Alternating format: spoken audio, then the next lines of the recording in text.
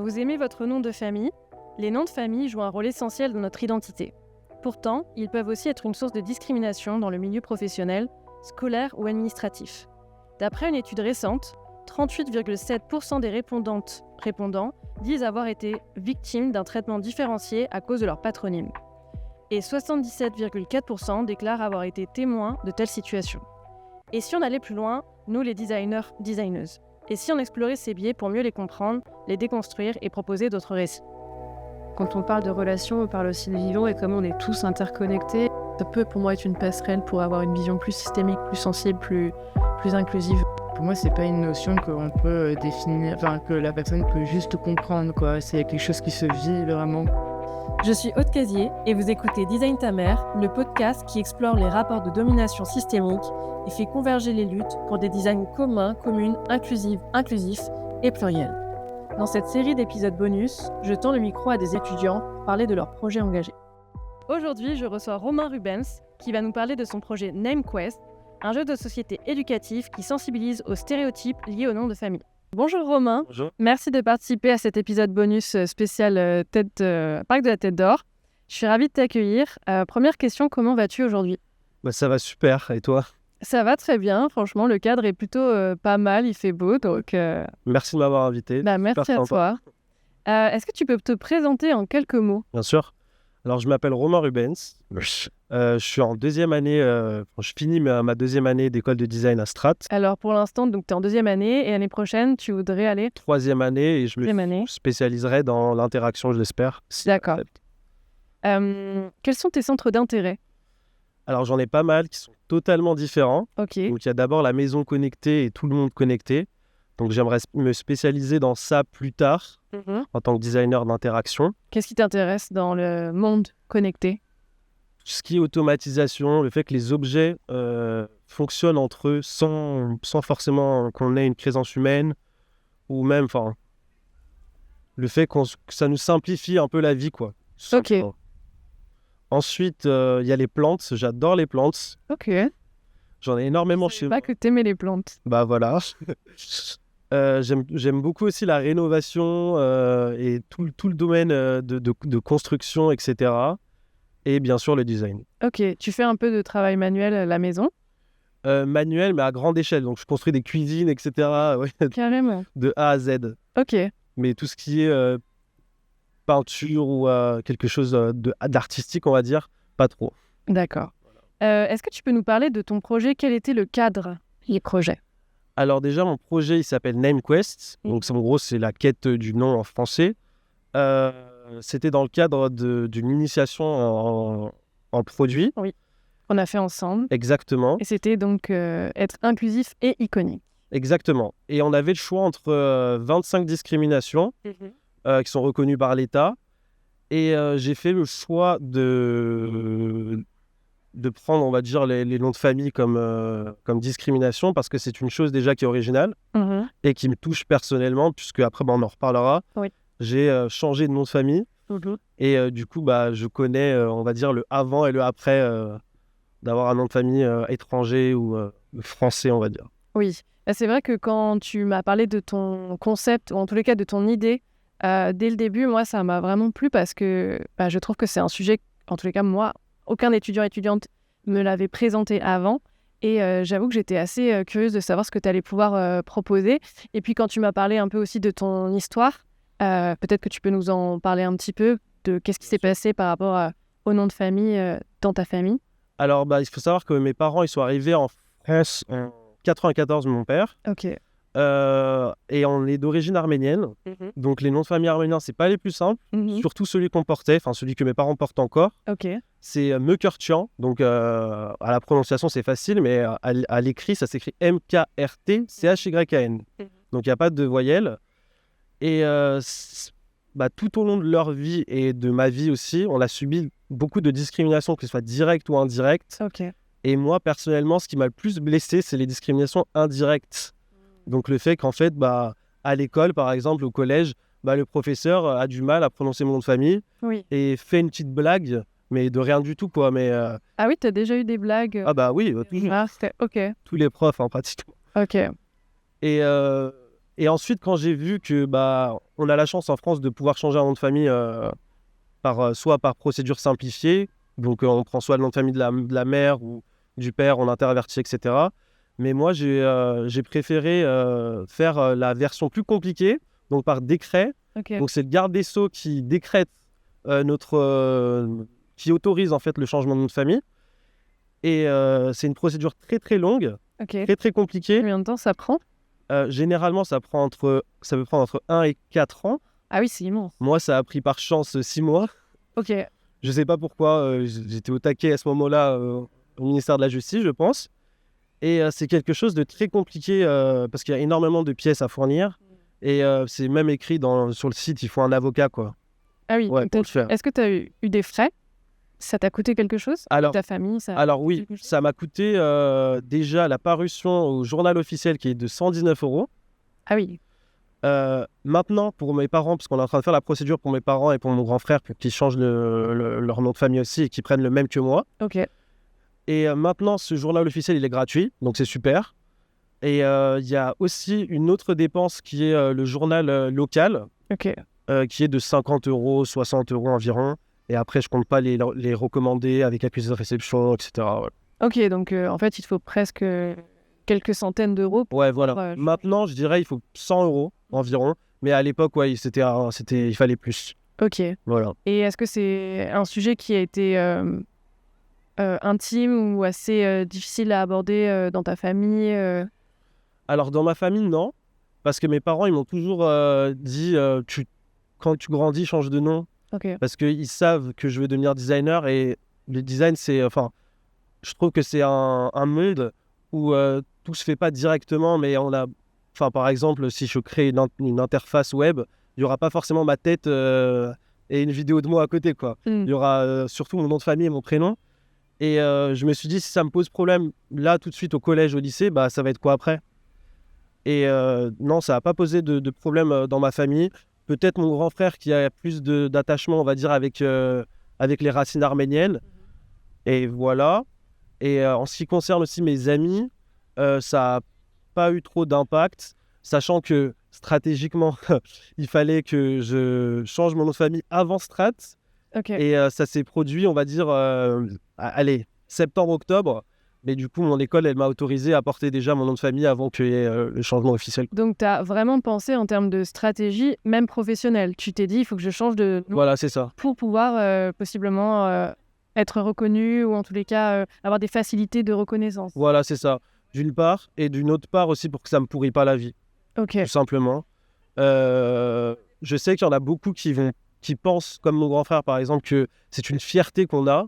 Et après, on en parlera dans mes sondages que j'ai faits. C'est toute une question de fierté, d'appartenance.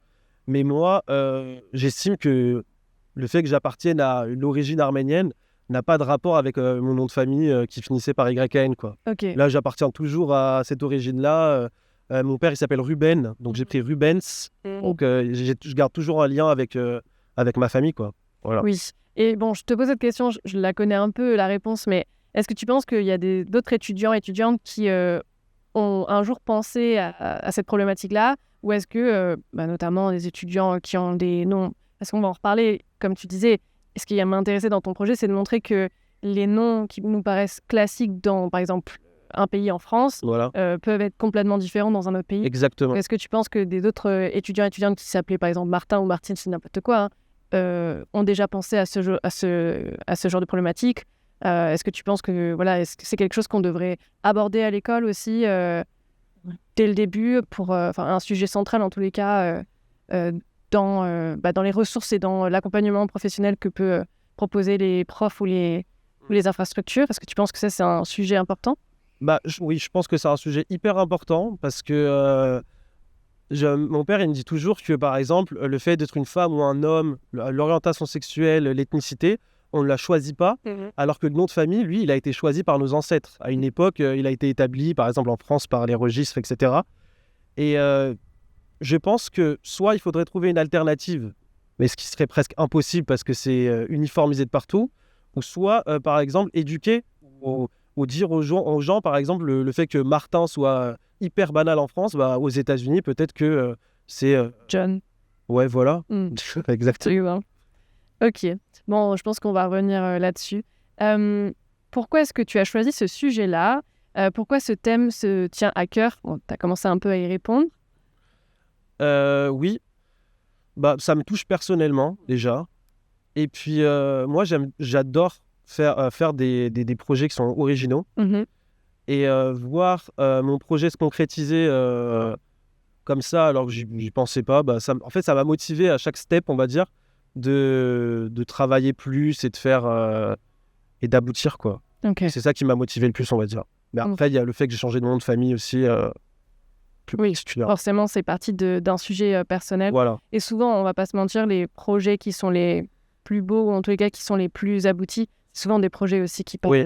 ou qui partent du cœur. Ouais. Qu'est-ce que tu voulais montrer ou questionner à travers ce projet? Est-ce qu'il y avait une démarche un peu militante ou engagée, ou est-ce que c'était vraiment une exploration plus personnelle?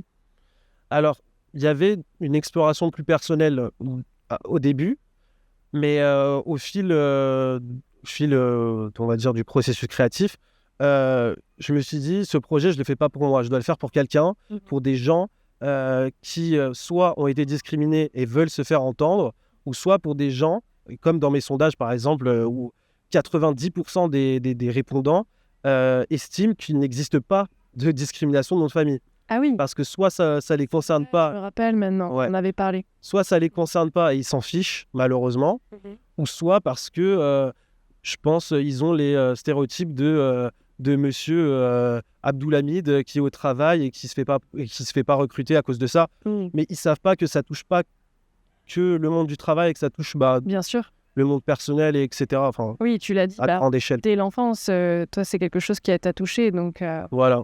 ok. Est-ce que tu peux nous parler justement de ce processus créatif? Alors au début, Mhm. je me suis questionné sur comment je pourrais faire un produit, parce que le but c'était de faire un produit, c'était pas de faire autre chose qui répondait à cette problématique-là de mettre en avant ou par exemple de pointer du doigt ces discriminations. Et je me suis dit, d'abord, faudrait que j'aille voir et faudrait que j'aille lire des ouvrages en France et à l'étranger pour déjà me questionner sur le sujet, déjà comment les noms de famille sont apparus et quand est-ce que les discriminations ont commencé. D'accord. Donc après avoir, on va dire, lu tout ça, d'ailleurs, il n'y avait pas beaucoup d'ouvrages français ou francophones. Ouais. C'était surtout des ouvrages qui étaient, on va dire, anglophones et qui ne concernaient pas directement la France. Malheureusement, il y a beaucoup de lacunes en ouvrage francophone sur des problématiques Voilà. comme celle-ci, ouais. Et sachant que le nom de famille, ça peut concerner par exemple un pays, mais pas forcément concerner un autre, enfin les discriminations. Mhm. En fait, ça dépend. Du coup, j'ai essayé de me baser, on va dire, j'ai essayé d'être un peu plus général. Et voilà. Ensuite, je me suis posé la question de d'abord faire un produit qui pointerait du doigt ces discriminations-là. Et puis ensuite, je me suis dit, mais en fait, non. Il faudrait plutôt prévenir et plutôt éduquer. D'ailleurs, on en a parlé ensemble. Oui. Et c'est ça qui m'a mis la puce à l'oreille. C'est qu'il faudrait quelque chose qui permette aux gens de comprendre l'origine des noms de famille, pourquoi ils existent, pourquoi ils sont là et pourquoi ils sont tant différents que ça, et de les accepter. Et pas forcément de prendre mon chemin à moi, de changer son nom de famille, quoi. Donc ensuite, on a eu l'idée tous les deux, d'ailleurs, de faire le jeu de société. Donc merci. C'est une co-création. Voilà. Bon, j'ai pas encore mis ton nom, si tu veux. Le prof est là pour vous accompagner, hein. Donc c'est ton idée, c'est ton projet.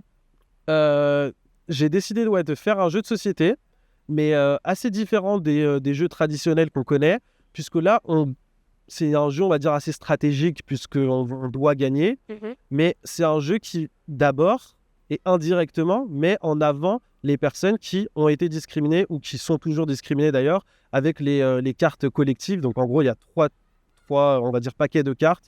Donc les cartes collectives qui se jouent à chaque fin de tour, et donc qui permettent déjà d'échanger sur des sujets que la carte donnera. Et en gros, ça pénalise un peu celles et ceux qui n'ont pas eu de discrimination. Et pour permettre On peut dire aussi pénaliser ou ça leur permet de comprendre, surtout. Voilà. Ça inverse un petit peu aussi la dynamique. Et surtout que quand dans les sondages, je vois que 90% des répondants... Il y a besoin d'en parler. Voilà. Et du coup, là, on le voit directement sur un plateau. On voit qu'il y a 2 personnes qui sont à pratiquement la fin et toutes les autres personnes sont pratiquement au début. Donc, on voit clairement qui est discriminé, on va dire, et qui ne l'est pas. Justement, est-ce qu'on peut reparler de tes entretiens Qu'est-ce qui t'a vraiment marqué ? Ce qui m'a marqué surtout, c'est ça. Ouais. C'est le fait que ça pose aucun problème.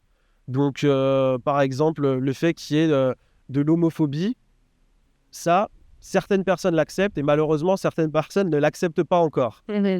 Mais pour les noms de famille, c'est pas qu'ils ne l'acceptent pas, c'est qu'ils n'acceptent pas le fait que ça existe. Et le fait qu'une discrimination soit faite parce qu'ils regardent à chaque fois personnellement, ils se disent « Mais mon nom de famille, il est bien, je m'en fiche. » Oui, mais encore une fois, c'est un retour personnel. Bah oui. Et surtout, les gens, ils se basent sur leur vécu personnel, ils regardent pas trop autour. Et c'est pour ça que je pense que mes réponses étaient plutôt personnelles. Est-ce que par rapport au retour des personnes qui, elles, par contre, ont pu subir ou voir des discriminations, quels ont été les retours qui t'ont intéressé ? Alors, j'en connais dans mon entourage. J'ai des amis qui ont des noms de famille encore plus compliqués que celui que j'avais. Et il y a 2 teams. Okay. La première team qui se dit, écoutez, c'est mon nom de famille, je fais ce que je veux.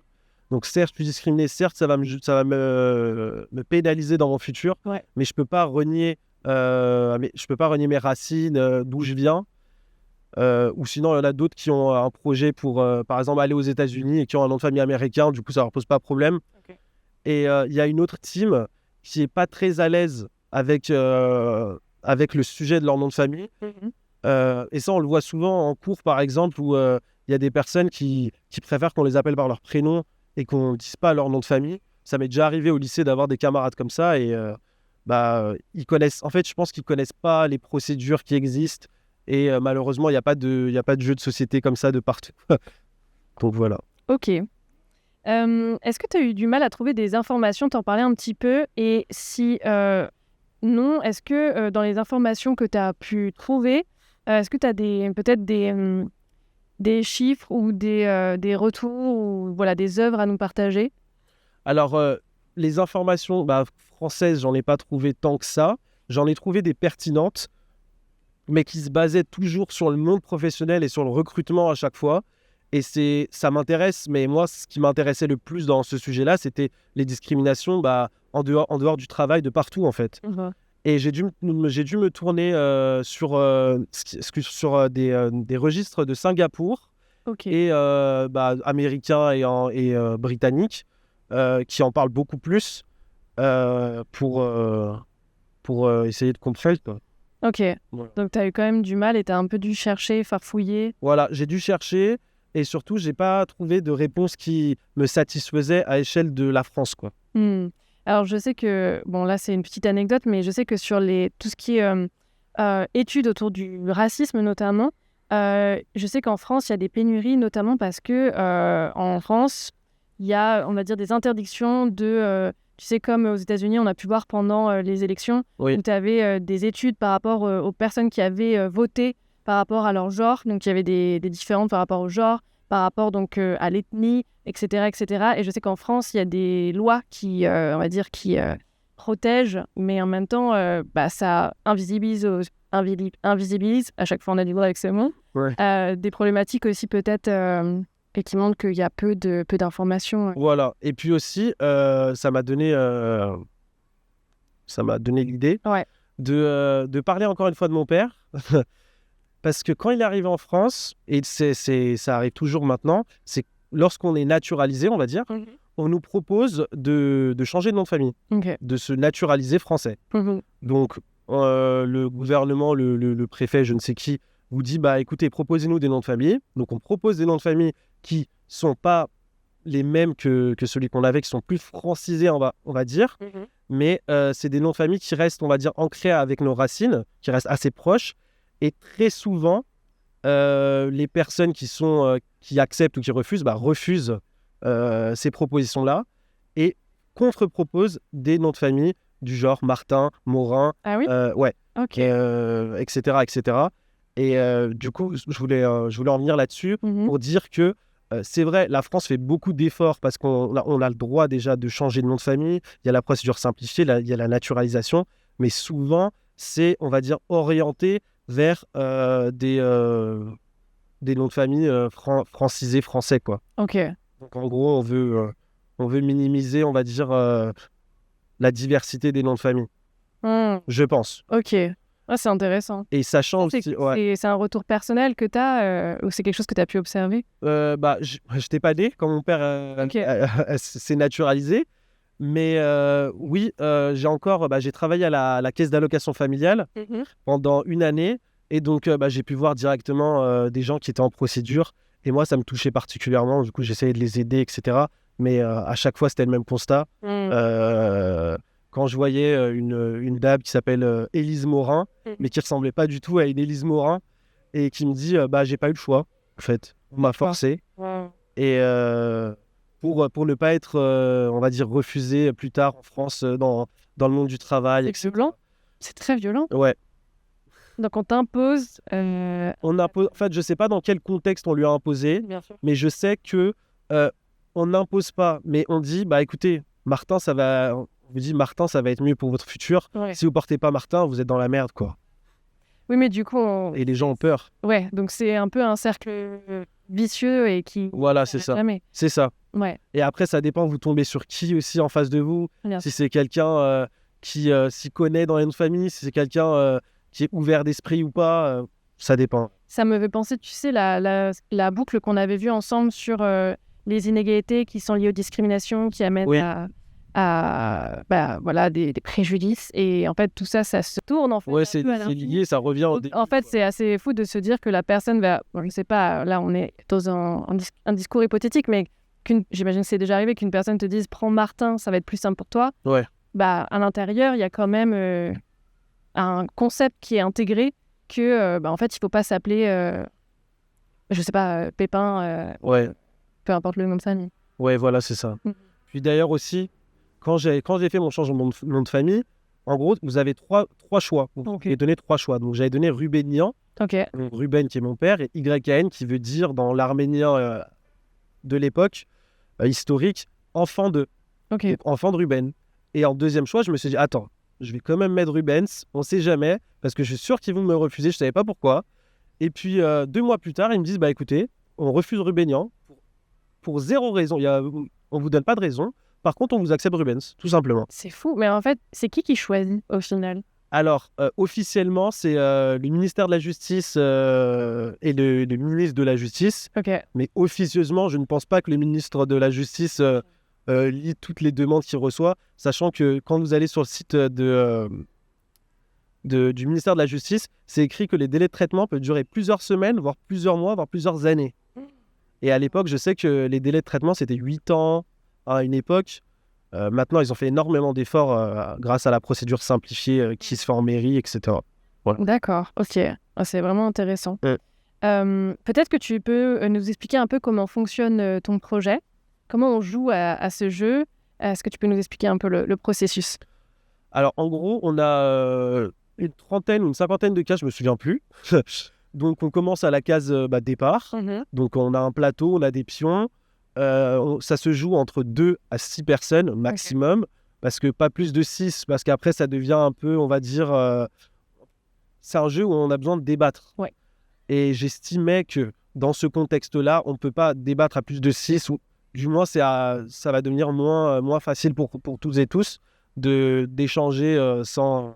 Oui, c'est vraiment un jeu atelier. Voilà, C'est exactement. d'amener après à une discussion. Voilà, par exemple, dans des associations ou dans des petites entreprises ou dans des grandes entreprises, mais des petites, des petits ateliers, quoi, en fait. Moi, comme je t'ai dit, je trouve que c'est un jeu qui se prête bien à l'école aussi. Voilà. Mais après, peut-être à l'école pour des jeunes adultes, parce que les questions, quand même, il faut avoir un certain... Une certaine culture. Ouais, une certaine culture. Il faut connaître l'histoire, la géographie, etc., un minimum. Et ça permet aussi d'apprendre. Tu veux nous lire quelques questions? Bien sûr. Alors déjà, il y a les cartes avance de 1 ou rien. Donc, j'ai pas besoin d'expliquer. Soit on avance de 1, soit on bouge pas. Donc, par exemple, on a la première qui comment s'appelle une personne qui change officiellement de nom de famille. Donc, la réponse A, c'est pseudonyme. B, usager de nom. C, personne renommée. Et D, patronymiste. Donc, selon toi? Eh ben, franchement, je sais pas. Alors, c'est un patronymiste. Un patronyme. Voilà, donc moi, je suis un patronymiste. D'accord. Voilà. Donc là, imaginons que tu n'as pas la réponse. Tu restes sur ta case. Ok. Donc l'idée, c'est vraiment que ceux qui, on va dire, ne savent pas trop les réponses restent en arrière et Voilà. ceux qui savent avancent. Exactement. Ensuite, il y a des questions plus faciles, on va dire. Enfin, plus faciles. Ça reste quand même assez complexe. Pourquoi Napoléon a-t-il interdit certains noms de famille après 1808? Ok. Soit pour supprimer les origines, éviter la confusion, uniformiser les registres civils ou imposer des noms de guerre. Alors, je dirais uniformiser les registres. Voilà, c'est ça. Ok. Donc là, tu avances d'une case. Ok. Et ensuite, à chaque fin de tour, n'importe qui, on va dire la personne la plus proche, pioche une carte collective. Donc la carte collective, elle permet de mettre en avant celles et ceux qui ont subi, on va dire, des discriminations. Donc par exemple celle-là, il y a une erreur dans un document officiel sur mon nom de famille. Donc si oui, j'avance de 3 cases. Sinon, je ne bouge pas.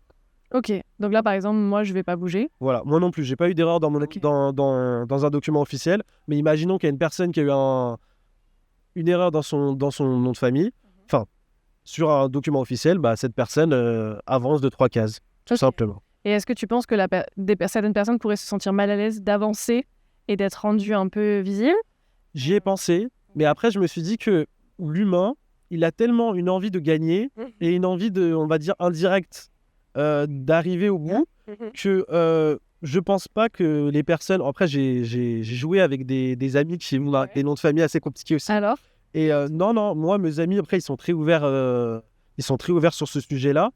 Et ça les empêche pas de dire « Ah si, moi, ça m'est arrivé, j'avance tout de suite. » Ah oui, d'accord. Voilà. Ok. Donc c'est utiliser un peu, on va dire, ce qui t'est arrivé à ton avantage. Exactement. D'accord. Voilà. C'est une petite revanche, en fait. Ouais. Sur la vie. Voilà, sur le jeu. D'accord. Et t'avais une dernière carte? Voilà. Et ensuite, on a les cases P. Donc, c'est des cartes... Enfin, c'est des cases pièges. Donc, c'est un peu la prison du Monopoly. Sauf que quand on arrive sur une carte piège, donc au tour suivant, on pioche une carte piège, donc ce qui est soit une question, soit une affirmation.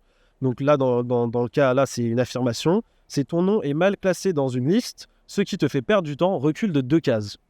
Donc là, on recule de 2 cases, et ensuite, le jeu continue, tout simplement. Ok. Et en fonction de l'affirmation ou de la question, et ensuite / affirmation qu'il y aura par rapport à la question, on avance jamais avec les cartes pièges. Soit on recule, soit on passe notre tour, ou soit on bouge pas, tout simplement. Ok. Et après, comment ça se passe pour la partie débat, l'atelier? Est-ce que tu as préparé des contenus? Pour le débat, c'est assez ouvert. Par exemple, il y a des cartes collectives. Là, je les ai pas parce que on a déjà essayé de jouer avec celles-ci. On arrive à faire 10 cases avec celles-ci. Donc là, elles sont en fabrication. J'aurais pu d'ailleurs les imprimer et les amener ici, mais bon. Ouais, il y a des cartes collectives qui sont, on va dire, qui ouvrent un débat indirect et avec les 3 petits points à la fin. Là, il y en a pas, mais il y a des quand j'ai mis des 3 petits points à la fin, ça veut dire le débat commence, quoi. Ok. Et après, c'est T'as une phrase exemple? non. J'ai pas envie d'inventer. Non, mais t'inquiète, il n'y a pas de souci. Et ensuite, ça permet soit de débattre, ou soit si ça les intéresse pas, enfin si le sujet qui est écrit ne les intéresse pas, ils passent, quoi, tout simplement. Ok. Mais je voulais pas dire, par exemple, là, il faut débattre tout de suite, et c'est la personne qui a le débat le plus positif, on va dire, enfin, je sais pas comment expliquer ça, mais qui avance, quoi. Je voulais pas ça, parce qu'il y a des gens qui aiment pas trop débattre, par exemple. Oui. Voilà. Ok. Et est-ce que tu as prévu un médiateur ou une médiatrice pour un petit peu cadrer, poser le cadre théorique aussi, apporter des connaissances? Dans le jeu? Oui. Est-ce que c'est quelque chose que tu envisages? Non, parce que c'est un jeu qui se joue entre amis, entre familles, ou imaginons si on est en entreprise, par exemple la RH, elle connaît forcément le jeu, donc peut-être que elle peut être, on va dire, elle peut animer, on va dire, l'atelier, mais c'est un jeu qui est quand même assez simple. Il n'y a pas de dés, il n'y a pas de triche possible, puisque en fait on répond aux questions devant les autres. Mais oui. Donc on ne peut pas avancer comme ça. Et puis les règles du jeu, j'ai essayé de les expliquer assez clairement. Et j'ai fait lire à des jeunes ados de 15-14 ans. Et même eux, ils comprennent, quoi. Ok. Donc je me suis dit, si eux, ils comprennent... Justement, quels ont été les retours un petit peu de ton public? Alors déjà, il y a beaucoup de retours concernant le plateau, parce que c'est vrai que quand on met beaucoup de couleurs, ça attire, surtout quand c'est des drapeaux. Oui, on fera une diffusion de ton, Ouais, ok, pas de souci. de ton jeu. Et c'est, comment dire, ouais, bah, c'est assez rigolo de voir des gens de voir mes amis, mes proches, les réactions qui disent, mais attends, c'est toi qui as fait ça? Et bah oui, c'est moi. Et ensuite, c'est vrai que... Réaction positive. Oui, des réactions positives, comme si on est surpris que c'est bizarre que tu aies fait un jeu aussi propre en parlant du plateau. Et en ce qui concerne les cartes, j'ai des retours sur, par exemple, ça reste très dans mon style, on va dire, très minimaliste, on met le strict minimum et on met pas beaucoup de couleurs, pas beaucoup d'informations, on va dire.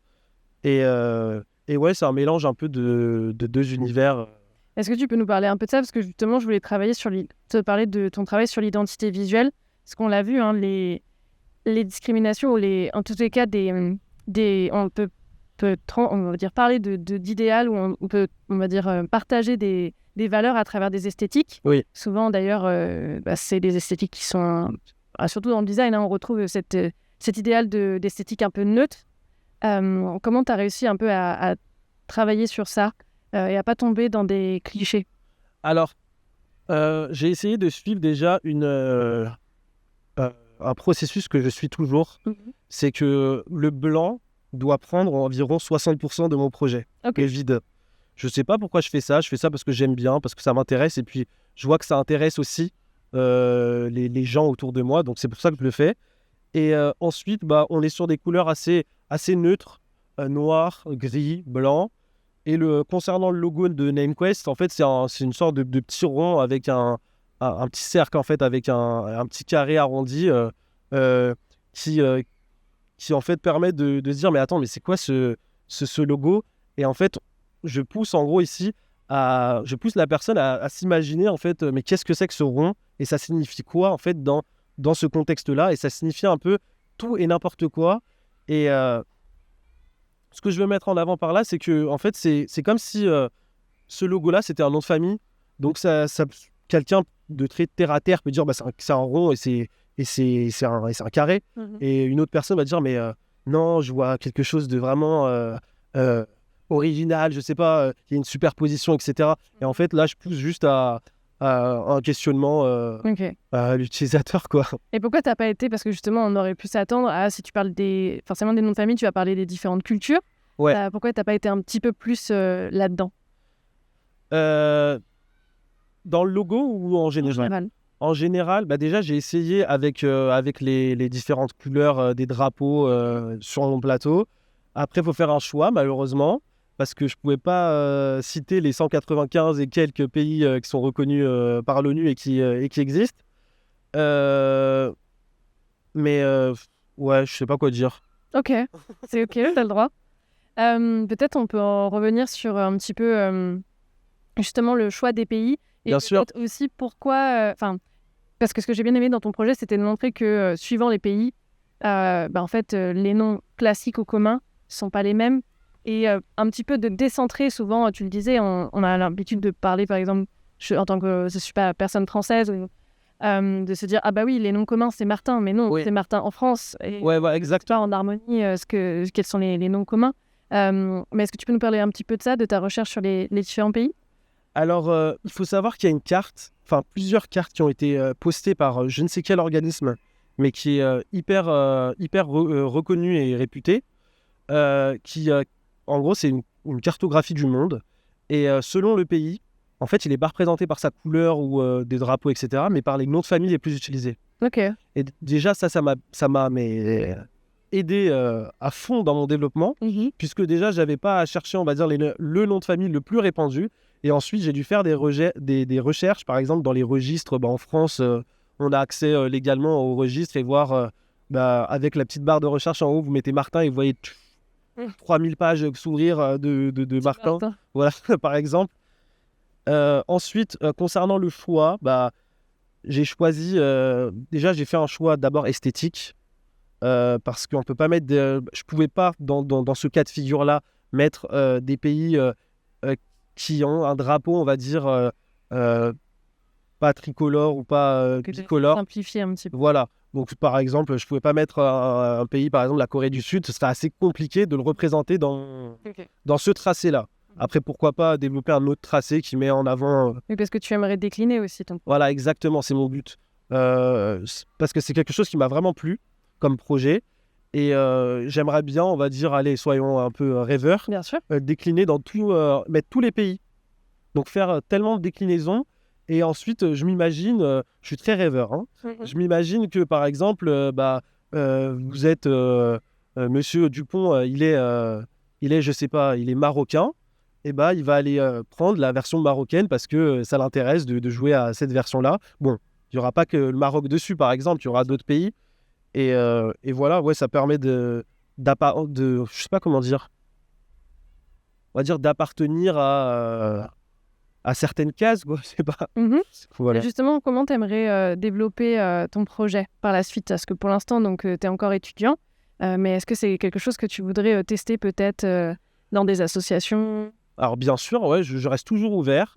Il faut savoir que c'est pas le domaine que je veux faire plus tard, mais mon père il m'a toujours dit ça t'empêche pas de faire autre chose dans la vie, et peut-être que tu vas aimer finalement la chose que tu es en train de faire. Et c'est le cas. J'aime bien développer. J'ai bien aimé développer ce jeu de société. Et je pense le mettre, on va dire, à disposition à des associations, pourquoi pas, et à des entreprises. Mais après, comme je suis étudiant, j'ai pas forcément les contacts encore. Et pourquoi pas une commercialisation, qui sait quoi, je sais pas. Ok, super. Voilà. Alors, tu es actuellement donc en 2e année, tu vas bientôt chercher un stage pour la 3e année. S'il y a des personnes qui nous écoutent ou qui ont envie de travailler avec toi, quels sont les sujets ou les domaines qui t'intéressent particulièrement aujourd'hui? Déjà, merci de vouloir travailler avec moi, si ça arrive. J'ai plusieurs domaines. Donc déjà, j'ai l'inclusivité. C'est quelque chose que j'aime travailler, on va dire, sur ce sujet-là. Parce que c'est pas parce que je suis un homme que je peux pas travailler sur l'inégalité des hommes et des femmes. C'est pas parce que je suis pas X chose que je peux pas. Au contraire, ça montre que en fait, une personne qui n'est pas, par exemple, je sais pas comment expliquer, mais c'est pas parce que je suis noir de peau que je ne peux pas travailler sur le racisme. Au contraire. Oui. Et ça prouve, le fait que je travaille dessus, ça prouve que il existe effectivement du racisme. C'est pas que les personnes concernées qui jugent ça. Et c'est surtout les personnes racisées, par exemple. Voilà. D'accord. Par exemple. Donc il y a ce domaine-là. Ensuite, je suis très... j'adore tout ce qui est intelligence artificielle, son intégration dans la vie connectée, dans les interfaces de maisons connectées, interfaces web, etc. Très futuriste, mais très, on va dire, minimaliste et à mon image, on va dire. Voilà. Et puis, ça me semble déjà assez.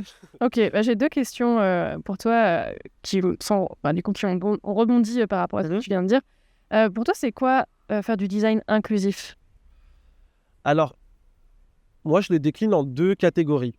Il y a la première catégorie que j'aime pas trop faire, c'est, on va dire,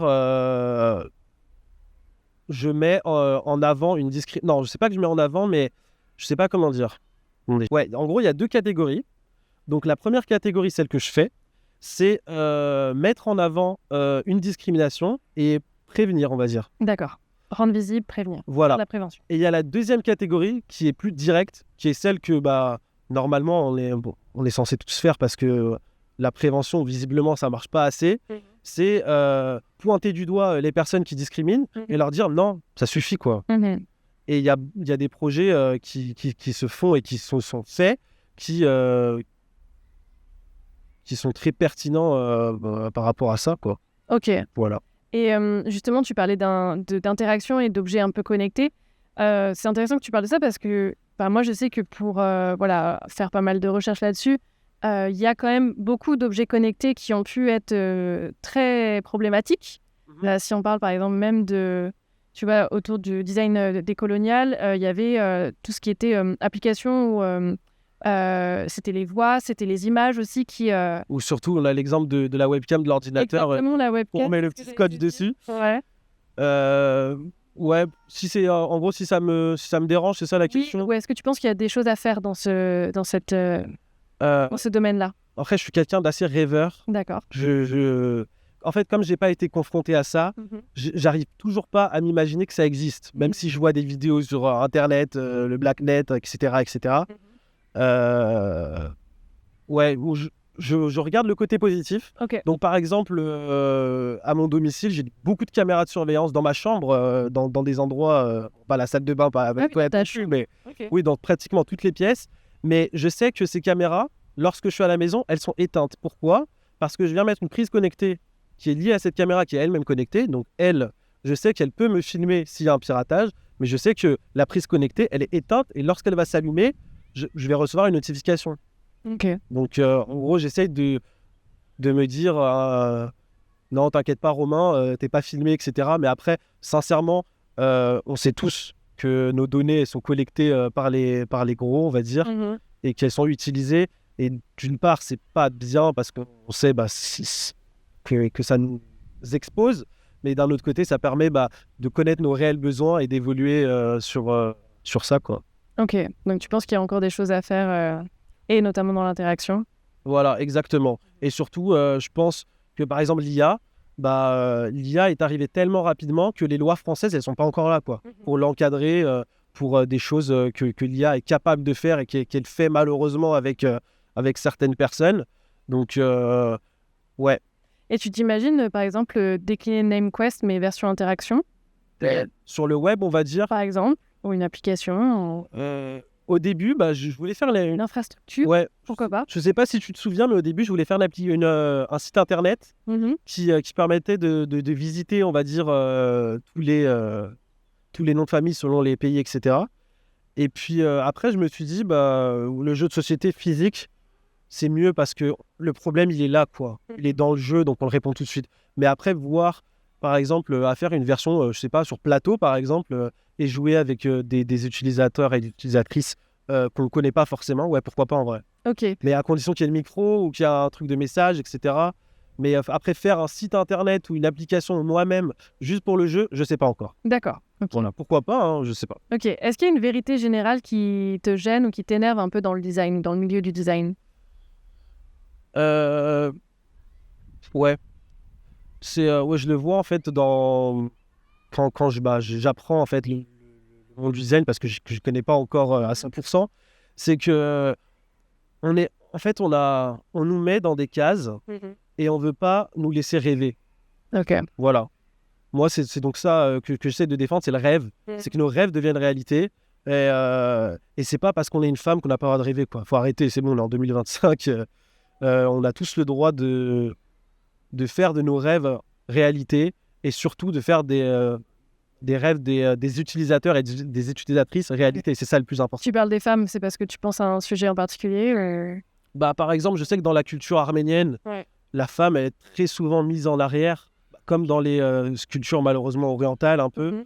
Après, je fais pas une généralité, hein. Moi, ma famille, c'est bien le contraire. Et c'est pour ça que j'ai grandi comme ça. Moi, si mon père, il avait fait le choix de ne pas mettre en avant ma mère et de pas avoir un pied d'égalité, j'aurais peut-être pas, malheureusement, j'aurais pas grandi comme ça et j'aurais trouvé ça normal, en fait. Mais non, c'est pas normal du tout. Ouais. Carrément. Est-ce que tu connais des artistes ou des designers arméniens dont tu voudrais nous parler? T'as des références? Non, j'ai pas beaucoup de registres. Et quand j'en ai, j'oublie tout le temps les noms. Ok, peut-être on pourra les mettre Ouais. en bonus à la fin de Ouais, l'épisode. pourquoi pas. Ok. Et donc toi, c'est pour toi, c'est parce que le mot design, c'est un peu valise. Qu'est-ce que tu mets derrière ce mot, derrière le mot design? C'est le mot rêve? Ouais.